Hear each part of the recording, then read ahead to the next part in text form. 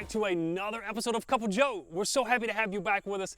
At the Couple Joe, we're all about giving you that boost of inspiration to keep you going, because here's the thing that I know, you're going all in. I mean, every single day, every single week, you're putting a lot out there. And just like that cup of coffee you need every morning, I want you to come here so that you can get that boost of inspiration to keep you going. And folks, here's what I want to tell you. Right now in 2021, I don't know if you're watching this in this year or if you're going to watch this a couple of years down the road, but here's what I want you to know, is that a lot of you right now in this current state of what all that's going on in the world, what's all going on in this nation, a lot of us feel as if, that everything's just coming on top of us. I mean, a lot of us feel overwhelmed. Am I right? I mean, we are just feeling like there's too much, that we just can't handle it. But I want to share something with you today that I believe is just going to give you that boost to just keep you moving forward. Listen, I'll never forget it. I'll never forget in December 1990. It was a moment that I wished that I never had to remember. It was just in this moment that my family would be coming up against something that we never saw coming our way. I mean, you want to talk about feeling like everything was crushing and crashing on top of you. That's exactly the way we felt. And I won't get into all of the details here for you, but here's what I want you to know, is that basically there was a kitchen table conversation, and I don't remember a lot of conversations around the table. But this specific one I do remember. You see, my father had come in and shared with our family, and with my two older brothers in the kitchen, I'm seated in my mom's lap, and my father is seated across the table. He would utter some words that I never imagined that was going to come out of his mouth. He would say that because of some of the choices that I've made, I'll be leaving home. Your mom and I are getting a divorce, and I'll never be back home. You see, for any child, that's a crushing blow, and what happens is that we don't know sometimes of how we're going to pick ourselves back up. We're just trying to get through each and every day, and I know for a lot of you that's exactly where you are, but here's the thing that happened. You see, that night was a haze. That night was just a fog. It was that next morning that I woke up and just realizing, just trying to wrap my brain around, like, what in the world had just happened? I walk into the kitchen and I see my mom standing there alone. Her face swollen, her eyes are red. She probably had been crying all night. Probably hadn't slept a wink. As I walk into this kitchen, I remember looking over on the counter and I saw a box of Fruit Loops. And many of you are probably saying, Joe, what in the world does a box of Fruit Loops have to do with this conversation? Here's the thing, if you know a good Southern mom's breakfast, right? It normally consists of something cooked. Mom very rarely gave us cereal. But in this specific time, I knew that something wasn't right, not only because of that box of Fruit Loops, but because of what had happened in our home the night before. I didn't say a word. I grabbed the box of Fruit Loops. I went and sat right back down in the same chair I had been in the night before. And as I began to pour the Fruit Loops into the bowl, it began to spill, probably because I was just so nervous and so upset and just trying to still wrap my brain around what had just happened. As the Fruit Loops spilled onto the floor, my mom still tells the story to this day that I just stood up in an 8-year-old rage, just stomping all over every single bit of the Fruit Loops. And I looked at her, I said, Mom, this is how my heart feels. This is how I feel. I feel crushed. I feel destroyed.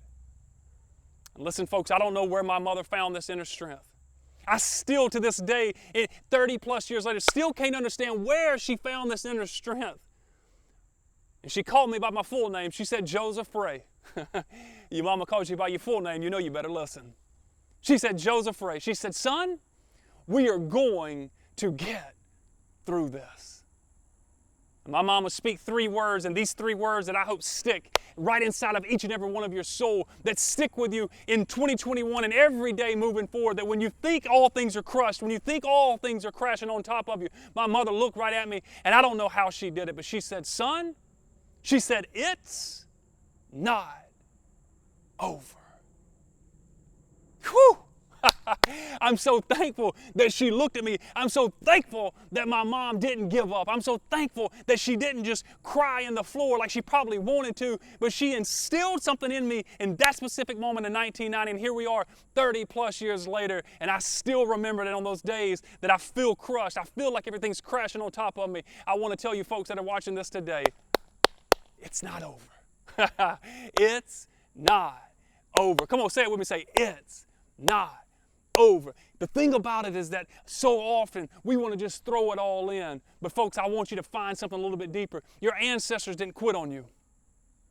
You see, they didn't quit on you to set you up for this place of where you are today, for you just to throw it all in because things get a little bit tough. And I'm not trying to downplay where you are right now. Some of you may be dealing with things that you've never seen in your industry before. Some of you may have suffered a loss that you never, ever imagined you would ever have to go through. But here's what I want you to know, folks. You've survived 100% of all those bad days. And I want to tell you right now, it's not over. So here's what I want you to do. If you feel like you're down, if you feel like it's all over, if you feel like, you know what, Joe, it'd just be easier if I just quit, I want you to skip back up today. And I want you to find that purpose. I want you to start to look in the mirror every single day. And here's the thing, if you can't look in the mirror, look at somebody who you love.